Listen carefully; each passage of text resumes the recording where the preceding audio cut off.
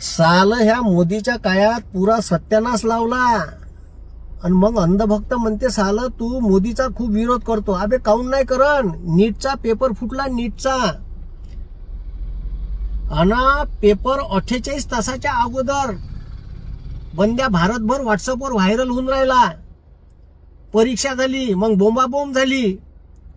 आणि हे नीटचा पेपर कोण घेते माहित आहे का? त्या जे नीटचा पेपर ऑर्गनाईज करते त्या संस्थेचं नाव आहे नॅशनल टेस्टिंग एजन्सी.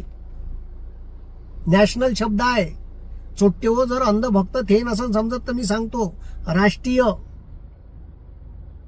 मग नॅशनल टेस्टिंग एजन्सी हे सेंट्रल ऑथॉरिटीकडे आहे, म्हणजे मोदीच्या अखत्यारीतला विषय आहे तो. मागच्या वेळेस पोट्ट्याले सारखे मार्क भेटले होते, त्याच्यावर मी व्हिडिओ बी घेतला होता मोठा. कसे भेटले? हे पेपर फुटण्याचे लक्षण होय. हे मोदीच्याच काळात होऊन राहिलं.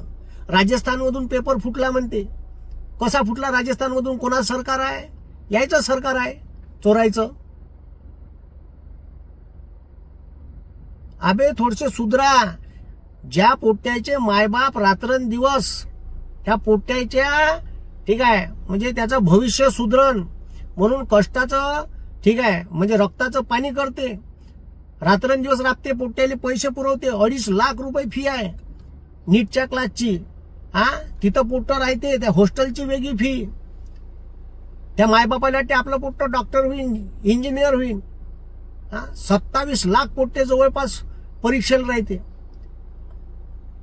तिथं हाय सिक्युरिटी, तरी पेपर फुटते. कोण होय साले पेपर फुटणारे चोर? कसा पेपर फुटते? जेईच्या परीक्षेले ठीक आहे 15-16 लाख पोट्टे राहते. साली जेईची तुम्ही ऑनलाईन घेता आणि याची ऑफलाईन घेता, पण ऑफलाईन सुद्धा पेपर फुटत नव्हता. हे मोदीच्याच काळात बिहारमध्ये पेपर फुटन, बिहार पब्लिक सर्व्हिस कमिशनचा. यूपीमध्ये यूपीपीएससीचा पेपर फुटते, उत्तर प्रदेश पब्लिक सर्व्हिस कमिशनचा. इथं व्यापम घोटाळे होते एमपी मध्ये. हा मोठा व्यापम घोटाळा. त्या व्यापम घोटाळ्यात जे जे लोक होते संदिग्ध त्याच्या हत्या झाल्या सगळ्या. इथपर्यंत घोटाळ्याचे हात होते. मग मोदीले बोलन नाही तर का पूजा करण, त्याची आरती ओवाळण साले हो. पोरायनं अभ्यास केला, परीक्षा दिली, सेंटरवर गेले, परीक्षा घेतली आणि परीक्षा घेतल्यावर 6 दिवसात बोंबाबोंब झाली तर परीक्षा कॅन्सल केली. आता कॅन्सल करणं गरजेचं होतं कारण पेपर फुटला होता. अनेक पोरापाशी अगोदरच पेपर गेला होता. ह्या पेपर गेला कसा, फुटला कसा, याला जिम्मेदार मोदी आहे.